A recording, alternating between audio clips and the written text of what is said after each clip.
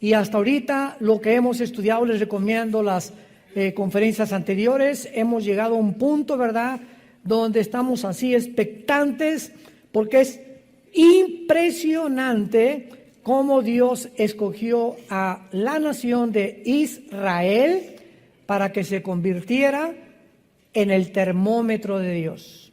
Israel es el termómetro de Dios. La iglesia no es el termómetro de Dios.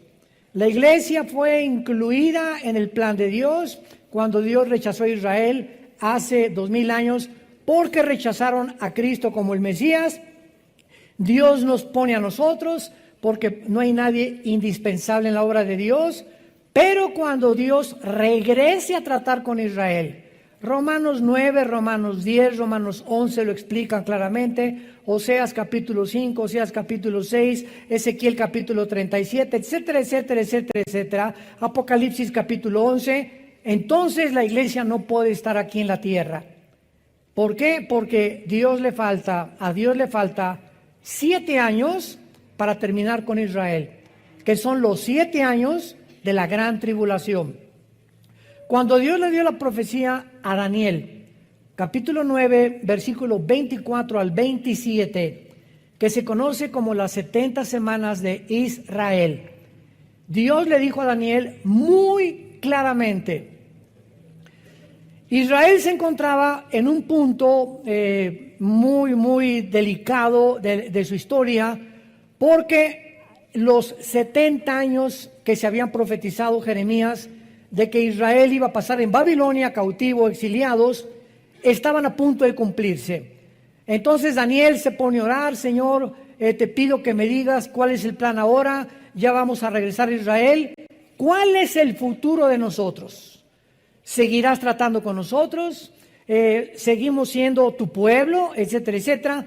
Entonces el ángel Gabriel, que es el mensajero oficial de Dios en el Antiguo y en el Nuevo Testamento, porque es el que se le apareció a María, el que se le apareció a todas las demás personas, a José y a María cuando iban escapándose a Egipto.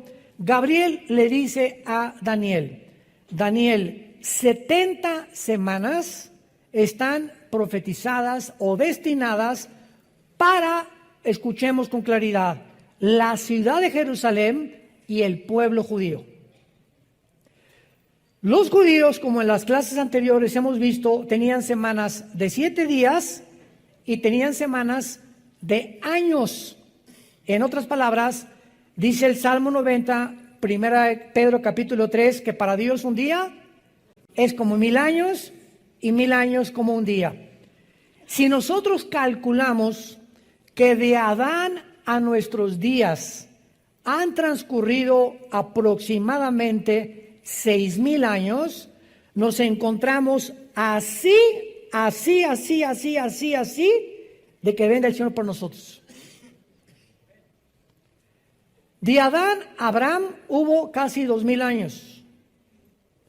De Abraham a Cristo otros 2000 años. Y de Cristo a nuestros días llevamos 2000 años aproximadamente.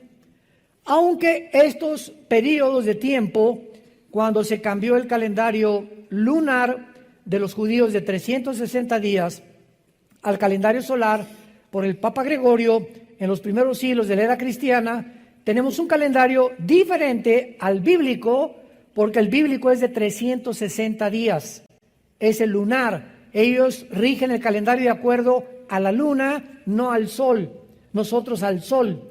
Y nuestro calendario se le aumentaron 5 días, minutos y segundos, 365 días. Muy bien, pero aún tomando en cuenta todos estos días que se aumentaron al calendario, más los años bisiestos, etcétera, etcétera, nos encontramos verdaderamente en el borde, ¿verdad?, en la orillita ya de que la consumación del plan de Dios para su iglesia llegue a su término.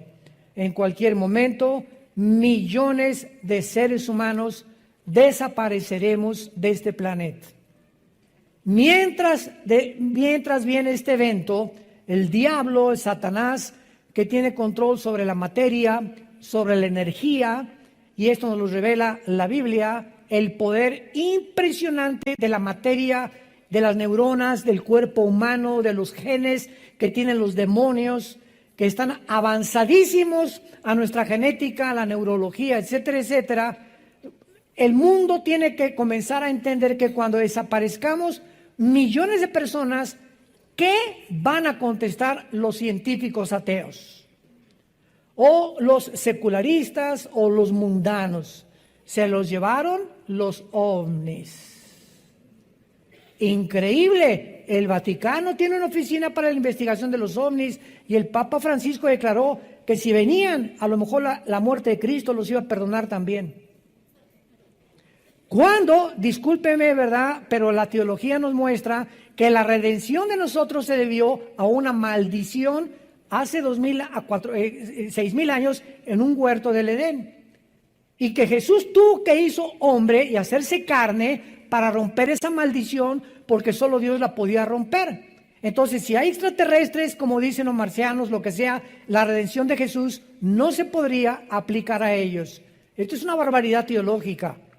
Número 2, las Naciones Unidas tienen una oficina ahí dirigida por una mujer de la India, una hindú, que está investigando por órdenes del Consejo de Seguridad a los objetos voladores no identificados. Y en el estado de Colorado, el Vaticano tiene un telescopio que es de los más grandes del mundo, y el telescopio se llama Lucifer, dedicado a buscar extraterrestres o hacer contacto posible con el mundo cósmico. ¿Qué dice la Biblia ante todas estas situaciones? Bueno, la Biblia es muy clara. La Biblia dice que efectivamente hay extraterrestres, pero no son marcianos, ni jupiterianos, ni venusinos, ni plutonianos. Son ángeles caídos, entes espirituales, entidades espirituales que están poblando el universo cósmico y que están interesados en que nosotros creamos que realmente algún día alguien del espacio, y ese alguien ya vino hace 2,000 años, pero no lo reconocieron. Que venga alguien del espacio, ya no es Jesús, ahora quieren un extraterrestre para que venga a la Tierra y nos dé ideas, o tal vez que nos comunique buenos prospectos para acabar con la pobreza, erradicar con la injusticia, el problema climatológico, etcétera, etcétera.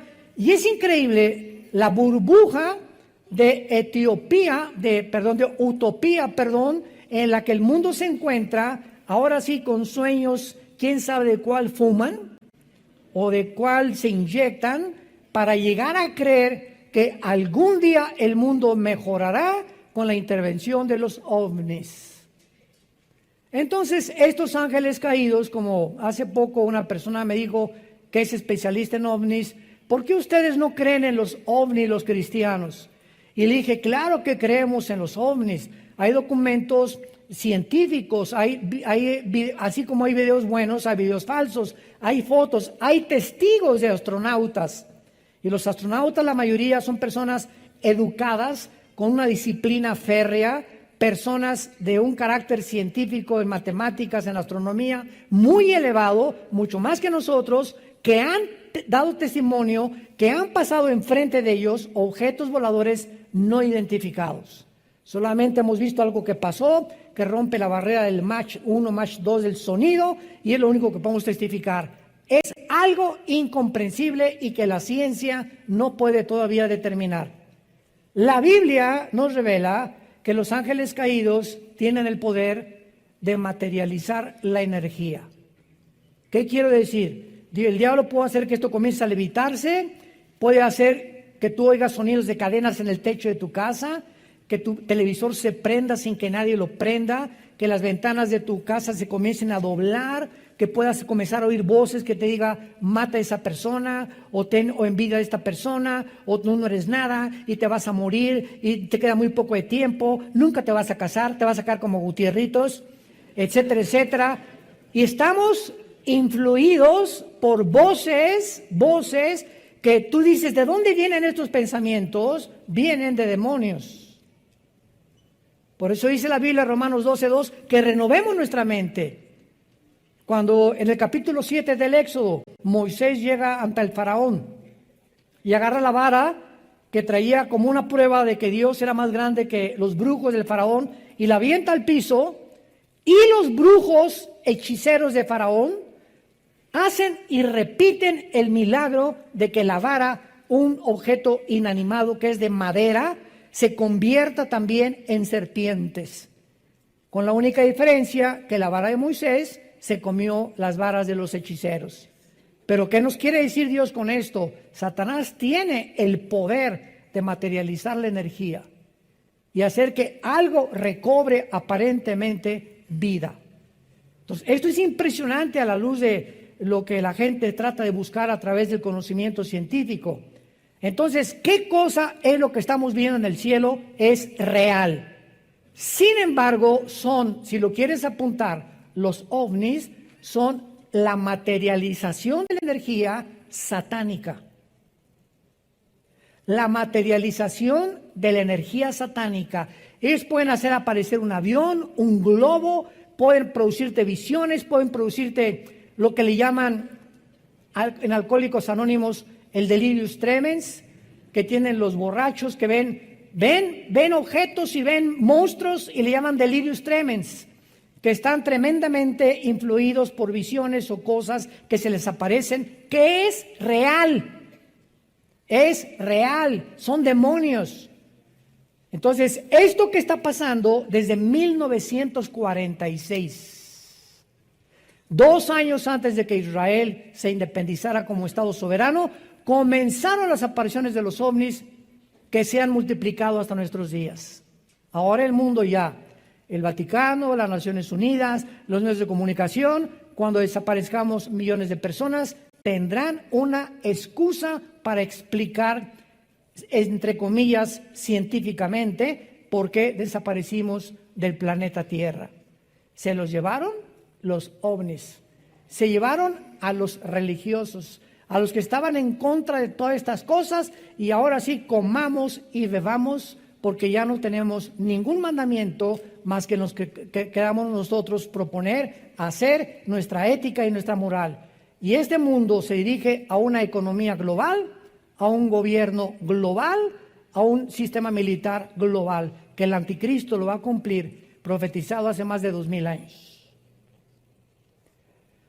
Todas estas profecías nos damos cuenta que desgraciadamente no cabe duda que es una de las preguntas más relevantes del cristianismo: ¿cuándo y cómo regresará Jesucristo? Sin embargo, el estudio de la escatología, santos de Dios, damas y caballeros, escato más allá, logos, conocimiento. La rama de la escatología trata con los acontecimientos de los últimos tiempos. Es una rama de la teología. Y desgraciadamente, el estudio de la escatología ha sido muy pobre y ha dejado un vacío tan grande que ha dado una explosión de enseñanzas falsas.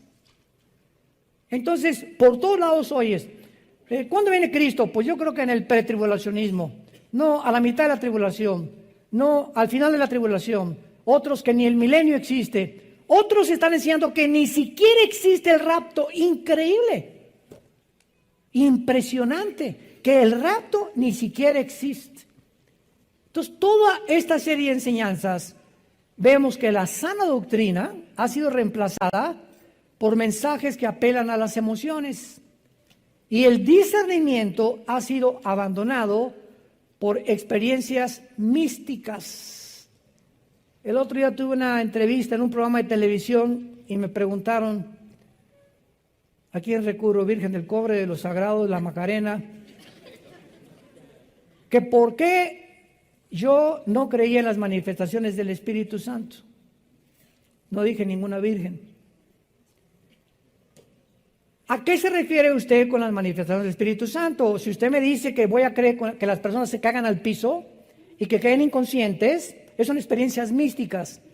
Porque mi respuesta fue: claro que creo en las manifestaciones del Espíritu Santo, si no, no sería cristiano. Sin embargo, si usted le llama a eso, o comenzar como alambre eléctrico, decir que el Espíritu Santo la ha tocado, o que alguien se cae al suelo porque el Espíritu Santo, o alguien le sopla y se cae al suelo, en eso no lo creo. ¿Por qué? Contesté, porque detrás de cada cosa que hace Dios está su sabiduría. Y la pregunta que cabe aquí es la siguiente: ¿cuál sería el motivo de Dios para tumbarnos al suelo? ¿Querrá Dios que estemos paraditos o acostados y soñando? ¿Cuál sería el propósito de Dios? O sea, ¿es un circo? ¿O Dios, el Espíritu Santo realmente nos quiere tumbar? Ahora sí, el Espíritu Santo, que nadie se ponga atrás y que se descalabre. A ver, déjenlo, si es el Espíritu Santo, que no haya catchers. Y que no haya nadie que los cache. Si el Espíritu Santo no va a querer que descalabre una persona, ni que se quede conmocionada con un trancazo en el mosaico o en el cemento. Estamos en un mundo tan engañoso, pero tan engañoso, que se comienza a propagar. Esto comenzó en los 90 del siglo pasado, con un predicador que ya escuché, parece que hasta se arrepintió, americano, que me reservo su nombre, y se quitaba el saco, y órale, y tumbaba, y todos para atrás. ¿Ustedes creen que el Espíritu Santo quiera dar esos espectáculos? A ver, me quito mi saco para que vean que aquí yo traigo el poder de Dios. Mejor no lo digo la palabra. ¿Qué tiempos estamos viviendo? Bueno, la cuestión es que han pasado casi 2000 años desde que Jesús ascendió al cielo, y la cristiandad tiene ahora que realmente reconciliar dos posiciones paradójicas aparentemente en cuanto al regreso de Jesús. De esto se trata esta serie. Número 1, nadie sabe la hora ni el regreso de Jesucristo. Cuando los apóstoles estaban ya a punto de presenciar en Hechos capítulo 1 la ascensión de Jesucristo al cielo, 50 días después de que Cristo muere en la cruz, ya se va al cielo. Le preguntaron en el versículo 6 del libro de los Hechos, capítulo 2, Hechos 1, 6 y 7. Vean ustedes, los discípulos, los apóstoles, ya Cristo había resucitado. En el camino de Maús ya había caminado con dos de ellos, ya les había explicado, tardos para oír a Moisés y a los salmos y los profetas, que el Hijo del Hombre tenía que morir y resucitar a los 3 días. Y después de casi 50, 40 días más o menos que estuvo apareciéndose Jesús a cientos de personas y a sus discípulos, aquí los discípulos todavía no les caía el 20. Todavía no estaba el Espíritu Santo en ellos, porque esto es antes de Pentecostés, y todavía tenían aquí zonas grises en el cerebro, y verdad que no era culpa de ellos, sino no llegaba el tiempo de la iluminación total, y le preguntaron a Jesús. Hechos 1:6, los que se habían reunido le preguntaron diciendo, Señor, vean la pregunta, ¿restaurarás el reino de Israel en este tiempo? O sea, ¿saben qué le estaban preguntando a Jesús? Seguían creyendo que el Mesías tendría que restaurar Israel, porque la profecía decía que el Mesías vendría y acabaría con los romanos, y no entendieron que primero era la muerte y después la corona. Cristo tenía que morir primero y después tenía que resucitar. Estaban interesados en el reino de Israel. Ahora, también es lógico, porque a los gentiles, a nosotros, no se nos había predicado todavía el evangelio. Entonces, ellos todavía no tenían conocimiento de la iglesia, que ya Jesús en los evangelios les había dicho, voy a edificar mi iglesia y las puertas del infierno no prevalecerán contra ella. Pero lo importante es la respuesta que les da Jesús. Versículo 7. Y les dijo, no les toca a ustedes saber los tiempos o las sazones que el Padre puso en su sola potestad. A los que les interese, apunta estas dos palabras que en el original griego se tradujeron al español tiempos o sazones. La palabra tiempos es la palabra cronos, C-H-R como suena, O-N-O-S. De ahí viene la palabra cronología. No les toca a ustedes saber la cronología. Y la palabra sazones es la palabra kairos, con K. Y esta palabra, los sazones, significa el tiempo específico. Se los voy a explicar. Nosotros tenemos un calendario. Yo ahorita, por ejemplo, ya comencé mi calendario para el año que entra. Enero, febrero, marzo, abril, y ahí voy apuntando las fechas, los compromisos, las responsabilidades, ¿verdad? Entonces, todo lo que está en este calendario es mi cronología. El tiempo que yo estoy dividiendo para que en el siglo XX, en el año 2020, yo pueda saber exactamente qué compromisos tengo con el doctor, por acá, por el viaje, lo que tú quieras, cumpleaños de mi familia, bla, bla, bla, bla. Ok, eso es la cronología. El tiempo completamente panorámico. Kairos es el día de tu cumpleaños. Es un día específico, es el día de la independencia, es el día del pastor, o es el día de la Biblia, o es el día, Navidad, ahorita el 24 son kairos, o sea, son días específicos. Cristo dijo, no les voy a decir ni la cronología, ni el tiempo específico, o sea, el día en que mi hijo regresa. Y como no les voy a decir nada, recibirán poder cuando el Espíritu Santo venga sobre ustedes y me serán testigos. O sea, no se preocupen tanto por el tiempo, sino por hablar de mí. Ahorita en Navidad, si eres cristiano, te vas a parar en la cena de Navidad. Y ahí va a estar tu compadre, el que le dicen, ¿verdad? El guajolote de Tlalnepantla, y tu comadre, y borrachos o familiares que tenemos, ¿verdad? Todos que no están en Cristo, etcétera, etcétera. Te vas a parar tú. Ahorita nos están llegando correos. ¿Qué digo? ¿Cómo que qué dices? Te vas a parar. Tengo una semana en Cristo. Con esa semana en Cristo, familiares, permítanme un minuto. Quiero decirles que hace 2000 años un hombre murió en la cruz.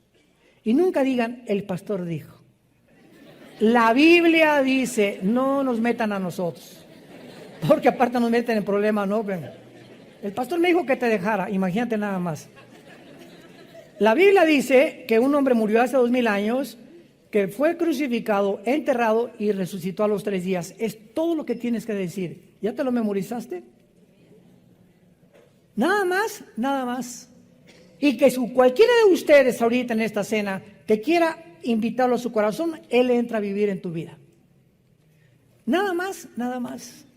Porque la palabra en la cruz es locura a los que se pierden, 1 Corintios 1. Y estas poquitas palabras, pero tienes que mencionar, fue crucificado, fue enterrado y fue resucitado. 1 Corintios 15, el 1 al 4. Este es el Evangelio. Si tú te paras en Navidad, peace and love. Dios los ama a todos. Dios es bueno. Y Dios quiere lo mejor para todos ustedes, bendiciones. ¿No quieren aceptar a Jesús? Nadie va a entender lo que les dijiste. ¿Cuál Jesús? Yo tengo un familiar que se llama Jesús. Una señora me dijo, yo también creo a Jesús. Le dije, ¿el de la Biblia? Si usted cree Jesús de la Biblia, usted sigue al Jesús de la Biblia. Pero el Jesús que usted está me diciendo, 1 Corintios 11, del 3 al 4, dice, si alguno recibe a otro Jesús que no es el de la Biblia, o otro espíritu, no es realmente de Dios. Vean qué sutil está esta cosa. Yo creo en Dios. Pregúntale, ¿en cuál? Los hindúes tienen 6 millones. Yo creo en Jesús. ¿En cuál Jesús? ¿El de la Biblia? ¿Lo estás siguiendo? ¿Sigues al Jesús de la Biblia o te has hecho tu propio Jesús? Y lo sigues cuando te da la gana, cuando te conviene y has puesto tus 10 mandamientos sin tomar en cuenta el Jesús de la Biblia. ¿Ven cómo es la gente? Entonces tenemos la responsabilidad de ser testigos en cualquier momento y más en esta época tan importante donde los corazones están preparados para recibir a Jesucristo. Muy bien. Veamos ahora claramente que un estudio cuidadoso de la Biblia nos va a mostrar esta gran equivocación de que el rapto y la segunda venida es lo mismo, de que la iglesia va a pasar la gran tribulación, etcétera, etcétera. Es imposible que la iglesia atraviese la tribulación. En la profecía de las 70 semanas, si es en años, ¿cuántos años estamos hablando? 70 por 7. ¿Cuánto es? 490 años. Daniel, apúntale Daniel y apúntenle todos. Los últimos 490 años que quedan de historia son para Israel. Los últimos les doy 490 años más de que yo trato con ustedes. Daniel, atención. Desde que venga la orden de restaurar la ciudad de Jerusalén, que vino en Nehemías, el libro de Nehemías capítulo 2 del 1 al 4, por el rey Artajerjes de Persia, que ahorita es Irán. Cuando se dé la orden de restaurar Jerusalén hasta que muera el Mesías, habrá 483 años, o sea, 69 semanas. ¿Me van siguiendo con cuidado? 69 semanas de años son 483 años. Y tomando nosotros en consideración esta profecía, que es la más asombrosa, que le funde los fusibles a cualquier persona que se llame matemático o físico matemático, no existe en la Biblia ni en ningún otro libro en el mundo una cronología tan impresionante para que tú puedas calcular desde que se dio la orden hasta Cristo se cumplieron exactamente 483 años. ¿Cuándo se cumplió el final de la profecía? Cuando Cristo entró en su burrito a Jerusalén, el domingo de Ramos, y a los 5 días lo crucificaron. Ahora bien, 483 años se cumplen. Al cumplirse los 483 años, Israel rechaza al Mesías. No te queremos, que la sangre, sí, que la sangre de él caiga sobre nuestras cabezas. Y entonces Dios cierra el reloj contra Israel y deja de tratar con ellos y se vuelve a otro grupo, a otra entidad que se llama la iglesia, que somos nosotros. Entonces, cuando los judíos, Cristo fue judío, Abraham, Isaac y Jacob fueron judíos, Judá, de donde vino Cristo, era judío, los primeros cristianos eran judíos, y los judíos fundan la iglesia. Pero ahora les dice el Espíritu Santo, ya no les prediquen más que a los gentiles, y comiencen a expandir este evangelio a todas las naciones, ya no solamente a Israel. A Israel, dice Dios, ahí lo dejo, guardadito, sentados en la banca, y no van a jugar mañana contra el América. Cuando un jugador lo pone en la banca, no significa que está descalificado, simplemente lo tiene el entrenador ahí guardado para meterlo al minuto 30, al 40, de acuerdo a la consideración física del coach y de su estrategia. Entonces así Dios ha puesto en la banca a Israel, y en el tiempo de Dios los va a meter al juego cuando nosotros seamos sacados ya de aquí. Por eso es imposible que la iglesia esté en la tribulación.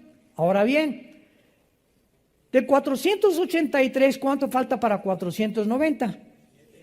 7 años. Estos 7 años son los 7 años de la tribulación, que no es para la iglesia. Gabriel le dijo, son para Jerusalén y para los santos. Entonces Dios tiene que en estos 7 años sacarnos a nosotros y terminar el calendario de Israel. Entonces Dios no ha abandonado a Israel. Romanos 9, Romanos 10, Romanos 11, Pablo lo explica claramente. Dios no ha abandonado a su nación y va a cumplir su propósito. Pero ¿cuándo va a ser esto? Cuando la iglesia ya no esté en el mundo. Cuando seamos sacados nosotros del mundo, Dios en estos 7 años que le faltan a la profecía de Daniel, van a ser 7 años que se van a culminar, escúcheme con cuidado, con la fiesta de Yom Kippur,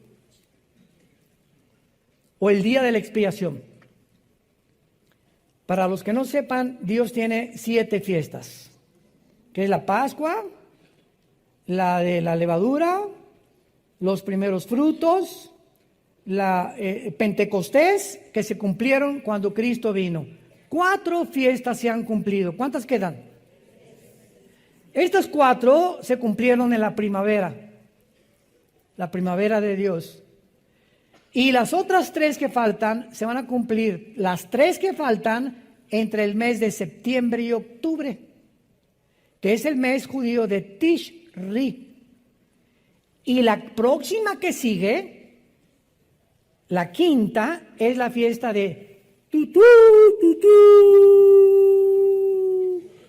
Rosh Hashanah, la fiesta de las trompetas. Y lo interesante de la fiesta de las trompetas, que es la única fiesta que no tiene día donde caer. ¿Me van siguiendo? ¿Quién podía haber puesto todo esto más que Dios? Esto es impresionante. Ni los rabinos hubieran podido calcular todas estas cosas que estamos discutiendo cientos de siglos después. La fiesta de las trompetas puede caer en un día o en otro. Entonces los judíos agarran 3 o 4 días para hacer la fiesta de las trompetas, porque no saben exactamente en qué día cae. Todas las demás caen exactamente el 1 o el día 15 o el día 20 del mes de Tishrei. De las trompetas, ¿cuál sigue? Yom Kippur, cuando es el llamado al arrepentimiento de Israel, el día de la expiación. Y la última fiesta, el Sukkot, la fiesta de los tabernáculos, que muchos de ustedes han venido aquí y la celebramos no porque la tengamos que celebrar por obligación. No tenemos ya obligación de celebrar ninguna fiesta, ni cumplir ya sábados ni días festivos. Lo hacemos para que ustedes conozcan qué es Sukkot, nada más, pero no porque lo tengamos que hacer. Es muy diferente la obligación a una cosa para poder enseñar. ¿Y los tabernáculos dónde creen que la vamos a celebrar? En Jerusalén, en el milenio, el año que entra en junio. A ver si nos toca, ¿verdad? Nos vamos en junio, el año que entra a Israel. Muy bien, entonces, a ver otra vez, ya se cumplieron 4 fiestas, la próxima es las trompetas. Por eso no es posible que la iglesia pase la tribulación.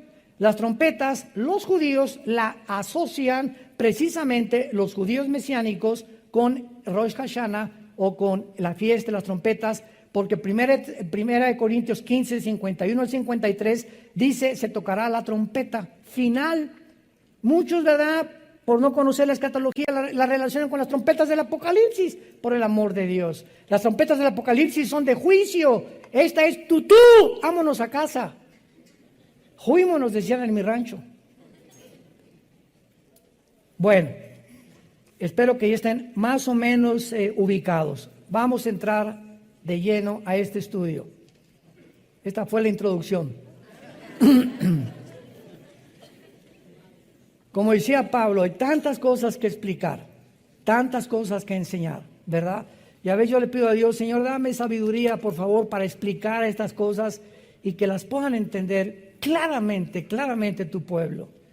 Porque es importante que podamos comunicar estas verdades de una forma en la que puedan ustedes, si no entender claramente por tu falta de estatura y crecimiento espiritual, por lo menos darte una idea de cómo está las profecías bíblicas en la Biblia. El 30% de la Biblia son profecías. La Biblia contiene un 30% de profecías y los 2 eventos proféticos. De todas las profecías que hay en la Biblia, los 2 eventos proféticos que van de la mano, así, como hermanitos gemelos, son el renacimiento de Israel como nación, 1948, y el arrebatamiento de la iglesia. La primera pregunta es, ¿qué relación, qué conexión hay entre que los judíos el siglo pasado, el 14 de mayo del 48, regresaron casi después de 2000 años y el rapto de la iglesia? Lo que hace realmente el regreso de Israel a su tierra, no hubo señales de cuándo iban a regresar. Desde Deuteronomio, Moisés le enseñó al pueblo judío que algún día ellos regresarían y Dios trataría con ellos. No existe en la Biblia ninguna fecha cuando ellos iban a regresar después de que fueron expulsados por segunda vez, el año 130 después de Cristo, por los romanos. Entonces, lo que hace el regreso a Israel, un evento sin señales, es que este renacimiento fue un milagro. ¿Qué es un milagro? Se define como algo que desafía lo natural o la capacidad de comprensión humana. Eso es lo que es un milagro. No se sabía para concluir cuándo y cómo iba Israel a regresar. Y después de 2 guerras mundiales, la Primera Guerra Mundial, vean lo que se encuentra detrás de los eventos de la historia. Dios es el Dios de la historia. La Primera Guerra Mundial prepara la tierra para que los judíos regresen. Y la Segunda Guerra Mundial prepara a los judíos para regresar a su tierra. Se necesitaron, en otras palabras, 2 guerras mundiales para un evento que se tenía que cumplir en 1948. Ahora, ¿por qué se necesitaron estas 2 guerras mundiales? Bueno, hasta 1923, después de la Primera Guerra Mundial, el Imperio Otomano Turco controlaba el Medio Oriente. Y en 1923, después del 14, el 18, que se pierde la Primera Guerra Mundial, perdió la Primera Guerra Mundial Alemania y el Imperio Otomano Turco se aliaron con Turquía. Y al eliminarse el imperio de los otomanos turcos musulmanes, los ingleses de 1923 a 1945 toman el control del Medio Oriente. El general Allenby en 1923 entra a Jerusalén y los últimos musulmanes que quedaban del Imperio Otomano van para afuera. Esto fue, si no hubieran vencido los ingleses a los otomanos, ¿cómo podría Israel regresar a su tierra? Síganme con cuidado. O sea, vean cómo Dios prepara en la historia todo para que sus profecías se cumplan. Viene la Segunda Guerra Mundial, la persecución de los nazis contra los judíos. El diablo sabía, la única verdad que el diablo sabía era que Israel iba a regresar a su tierra. Y el diablo sabía que cuando Israel regresara a su tierra, tenía que comenzar a contar sus días. Porque para que Israel regresara a su tierra, se tenían que cumplir todas las demás profecías. Si Israel no hubiera regresado, ¿a quién va a perseguir el anticristo? Si Israel no hubiera regresado, ¿qué templo iban a levantar? Si Israel no hubiera regresado, ¿cómo podría cumplirse la semana 70 de Daniel? Entonces, era imprescindible que Israel regresara. Y los nazis propiciaron que el mundo se apiadara y tuviera misericordia. En aquel tiempo era la Liga de las Naciones. Votaron, creo, 23 contra 12 votos, que por fin los judíos les permitieran regresar a su tierra casi después de 2000 años.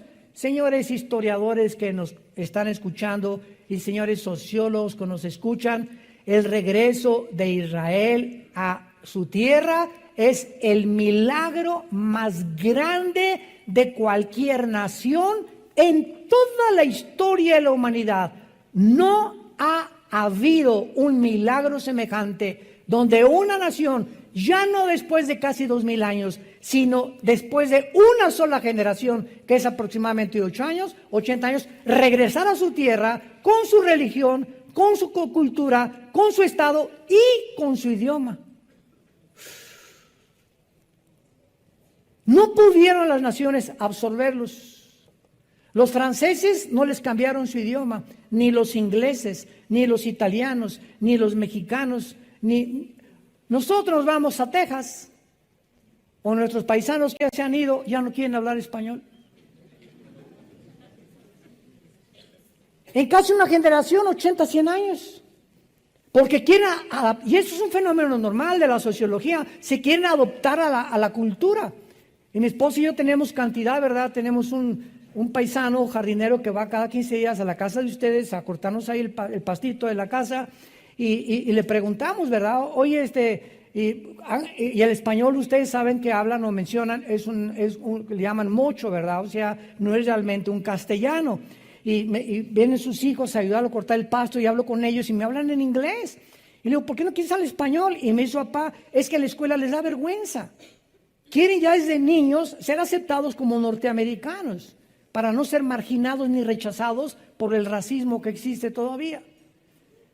Y estos señores judíos, 2000 años, damas y caballeros, y regresan hablando hebreo.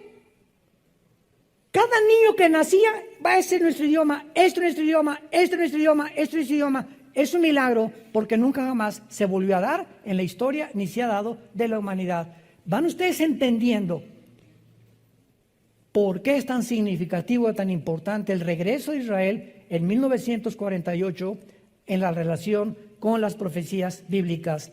Ahora, muy bien, esto es lo que hace este renacimiento nacional, no espiritual. Espiritual será cuando después de la tribulación se conviertan, Romanos 11, 25, 26, y todo Israel será salvo. Los que crean en el Mesías, desde luego, hasta que Cristo venga. Y ya podrán, creyendo en el Mesías, entrar al milenio junto con todos nosotros, que regresaremos con Cristo en su segunda venida. Muy bien, esto es lo que hace milagroso este regreso. Ninguna nación ha podido jamás en la historia regresar a su tierra después de haber sido dispersada nada más por más de una generación. Nada como esto ha sucedido en la historia del mundo. Veamos rápidamente esta verdad profetizada en el libro de Amós, en el Antiguo Testamento. Amós capítulo 9,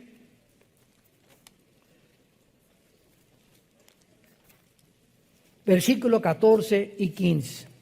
Esta profecía es impresionante, sencillamente cautivadora. Ahora sí que de veras, la persona que no quiera creer es porque no le conviene creer. La persona que esté buscando evidencias de que la Biblia es la palabra de Dios o de que Dios existe, estas profecías le funden los fusibles a cualquiera. Voy a leerles una profecía que fue escrita hace 2600 años. ¿Cuánto?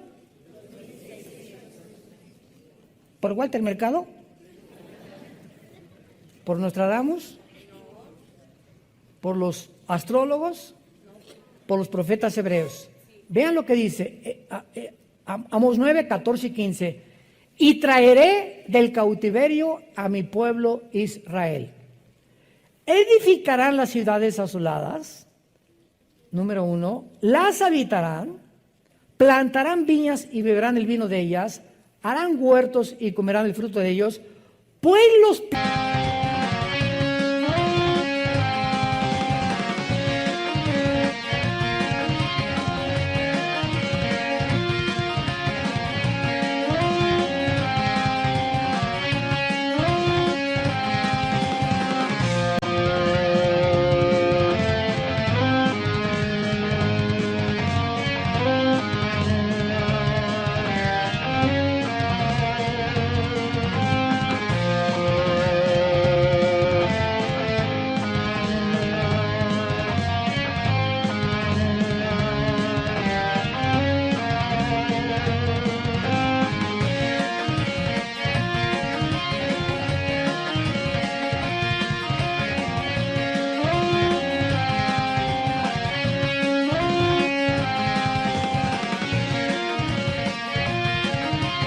plantaré sobre su tierra y nunca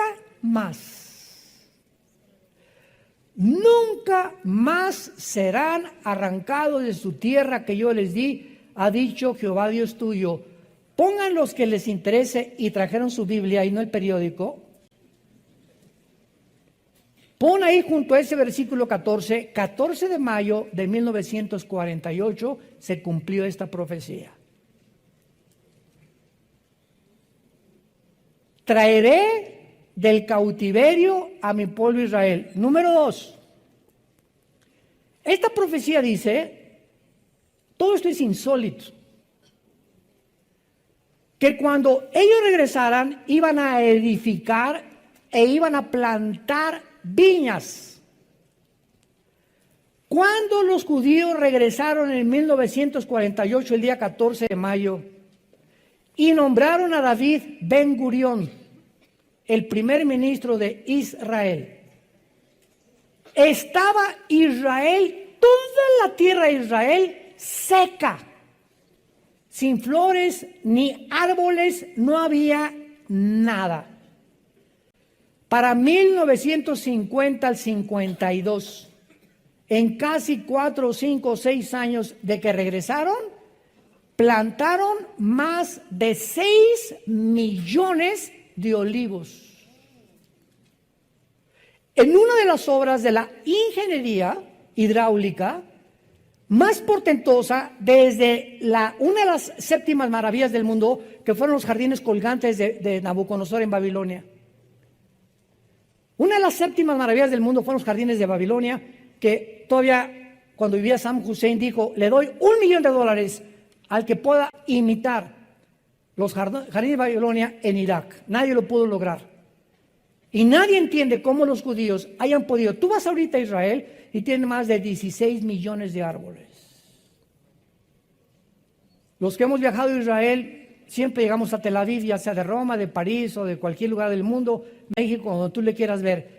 Pero cuando estamos en Israel, o vamos a Jordania, o vas a Egipto y vuelas y pasas así por el avión, ves Jordania seca, seca, seca, seca, Egipto seco, seco, seco, Líbano seco, seco, seco, Siria, Siria, seca, seca, seca, y llegas y haz de cuenta que llegas a un jardín. Y es exactamente para compararte cuando cruzas de Texas a México.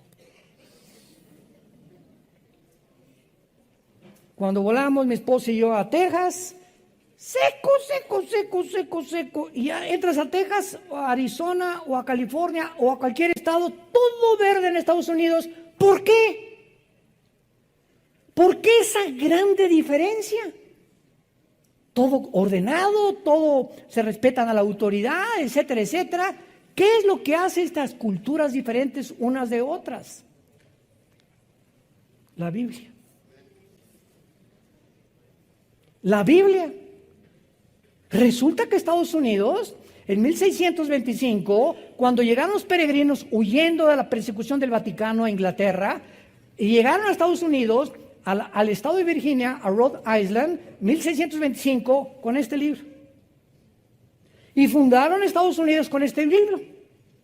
Y cuando llegaron a nosotros a colonizarnos y a conquistar México, llegaron los españoles con Fray Bartolomé de las Casas, con religión, se juntan con los indígenas y los aztecas y se vuelve un sincretismo entre religión y brujería. Y ahora tenemos eso. Tú entras a cualquier iglesia y hay gárgolas por todos lados. Incienso, y esto, y misticismo, y por acá, y por allá. Me acuerdo que había una bruja llamada Doña Pachita, tu madrina. Es broma.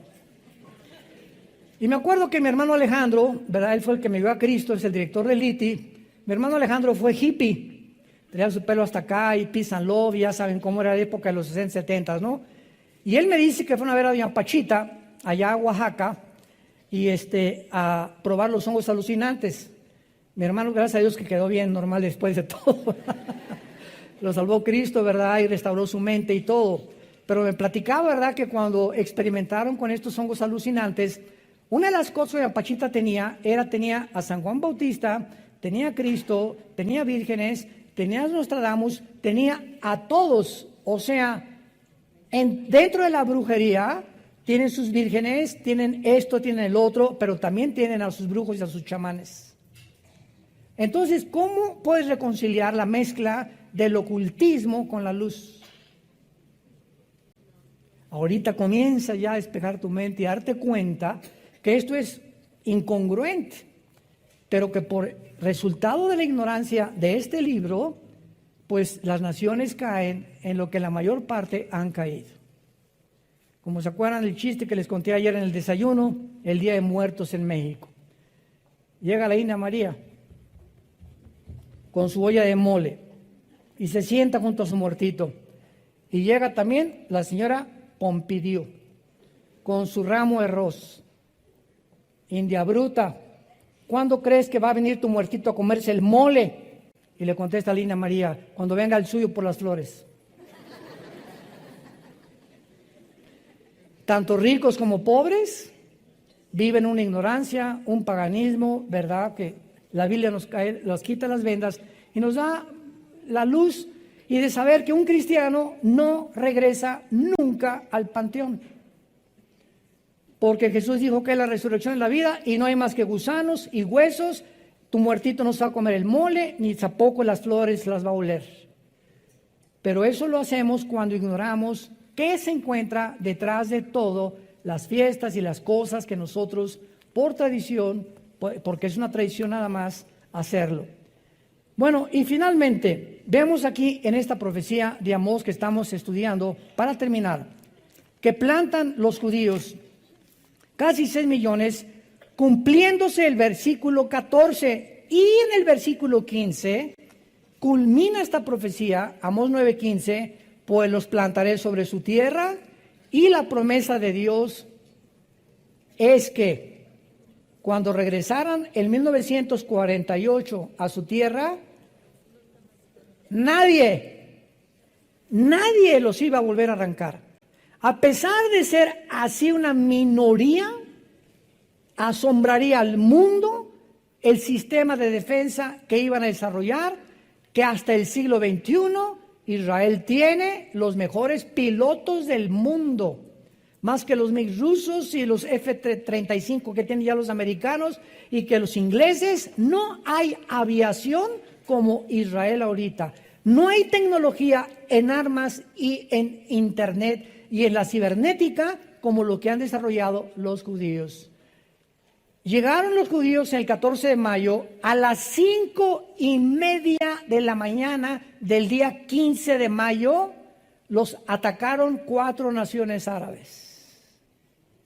Se fueron contra ellos. Vino en 1952, 54, los volvieron a atacar. Y para terminar con la guerra milagrosa de los 6 días, del 1 al 6 de junio de 1967, donde se juntan todas las naciones árabes dirigidas por Gamal Abdel Nasser, el presidente de Egipto en aquel tiempo, reúne a los jerarcas de Jordania y a toda de Egipto, de Siria, de Irak. Exterminemos a los judíos, echémoslos al mar Mediterráneo.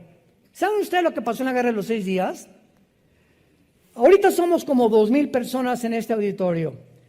Dentro de las leyes de las probabilidades, señores matemáticos, si tuviéramos nosotros 100 rifles y nos rodeara ahorita un ejército de 1,000,000 de soldados, somos 2,000, ¿cuántas probabilidades tendríamos de salir vivos? 10 a la 12ª potencia. Imposible. Son las mismas probabilidades que tenían los judíos en comparación con su armamento, sus tanques y sus aviones, de salir vivos de esta guerra. El general Schwarzkopf compra su libro, su biografía, que fue un cadete de West Point y dirigió la invasión, no la invasión cuando sacaron a San José en 1990-91 de la guerra del Golfo Pérsico. El general Schwarzkopf dijo en su libro: yo soy un militar, tengo casi 80 años de edad, se murió hace algunos años. Nunca ni las falanges de Alejandro el Magno, ni Napoleón Bonaparte, ni los Pirineos de Aníbal, no conozco ningún ejército que haya podido sobrevivir, ni la estrategia que tuvieron los judíos, como la guerra de los 6 días. ¿Qué pasó? Al segundo día que se juntaron, un sargento israelí interceptó un mensaje de un sargento iraquí de la invasión. ¿Saben lo que hicieron los judíos? En el segundo día se subieron a 6 aviones.